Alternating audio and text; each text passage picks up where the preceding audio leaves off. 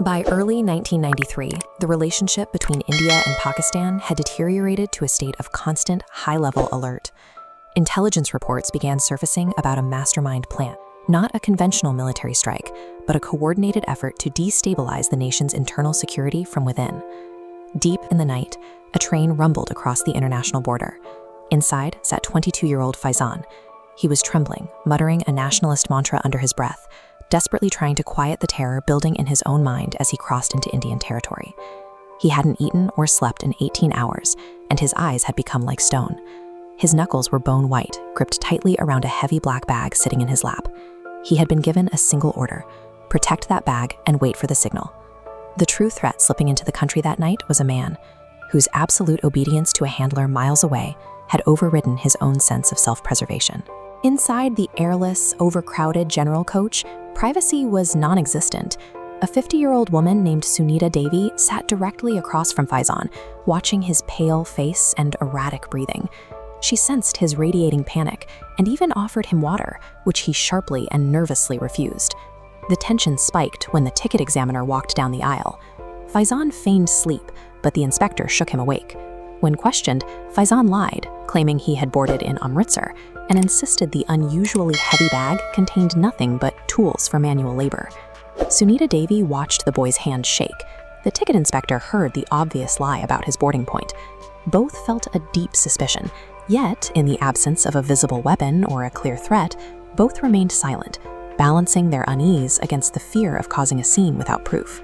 Faizan didn't need a sophisticated disguise to cross the country. He simply became another anonymous face in a crowd of millions, moving through the noise of daily travel while carrying a payload that could devastate a city. The next afternoon, Faizan stepped off the train into the blinding sun and overwhelming sensory noise of Hyderabad railway station. The sheer volume of people and street vendors provided perfect cover for him to blend in. He found an isolated corner and pulled out a burner phone to call his handler.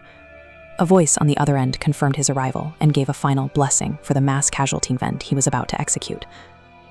Hailing an auto rickshaw, Faizan directed the driver toward his target. Upon arrival, his nervous detachment cracked slightly. He handed the driver a 500 rupee note, an enormous tip for a short trip, and immediately vanished into the crowd before the man could offer change. The driver's casual smile and the city's welcoming atmosphere stood in stark relief against Faizan's silence. He was walking through a vibrant, innocent community with the sole intention of destroying it, completely detached from their humanity. His final destination was the iconic Charminar. The historic monument was heavily guarded by police, but it was also swarming with tourists, street vendors, and families enjoying the afternoon holiday. Navigating through the security perimeter, Faizan identified a blind spot, a dark, recessed crevice near one of the main structural pillars, temporarily shielded from view by a group of tourists taking photographs. Kneeling in the shadows, he opened the black bag and pulled out a large mechanism wired to a digital clock. It was shaking hands, he set the timer for 1:15 p.m., giving himself 50 minutes to vanish, and shoved the device deep into the crevice beneath a scrap of old cloth. He didn't flee the city. Instead, he retreated a short distance to a street vendor, bought a plate of biryani, and stood eating it while watching the pillar, waiting for the clock to reach zero. Faizan was not a suicide attacker. He stood at that food stall as a detached observer, intending to watch the devastation he had planted, while remaining safely anonymous within the crowd he intended to kill. At that very moment, 3 college friends, Suraj, Salim, and Rakesh, were laughing and taking pictures near the exact same pillar. Rakesh snapped a photo of Salim leaning against the stone. When they checked the image on the screen, they noticed something strange in the dark corner behind him. A small red light was blinking beneath a piece of discarded cloth. Panic set in instantly. While Suraj's first instinct was to run, Salim and Rakesh looked at the children playing nearby and made a different choice. They stayed at the pillar, shouting for people to get back, and used their phone to alert the police control room. The call reached Inspector Ranjit Singh, who immediately dispatched his team.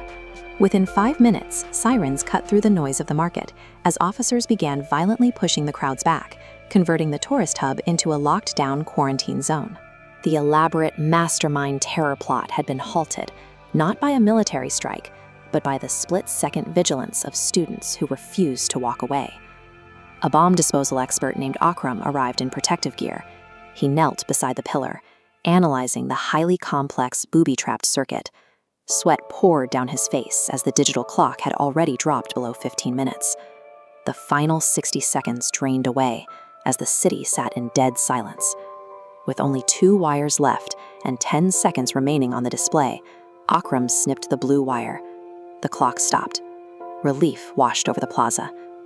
Faizan tried to slip away, but the auto driver who had received the 500 rupee tip recognized him and alerted the police.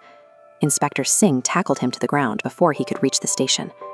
The plot was designed to fracture the nation along religious lines, yet the reality on the ground told a different story. The operatives sent to destroy the city shared the same faith as the 2 men who risked their lives to save it: Salim, the student who stayed, and Akram, the technician who cut the wire. The survival of Hyderabad that day was the result of a diverse group of citizens choosing a unified humanity over the hatred an infiltrator tried to plant in their home. Courage, it turned out, was the nation's most effective shield.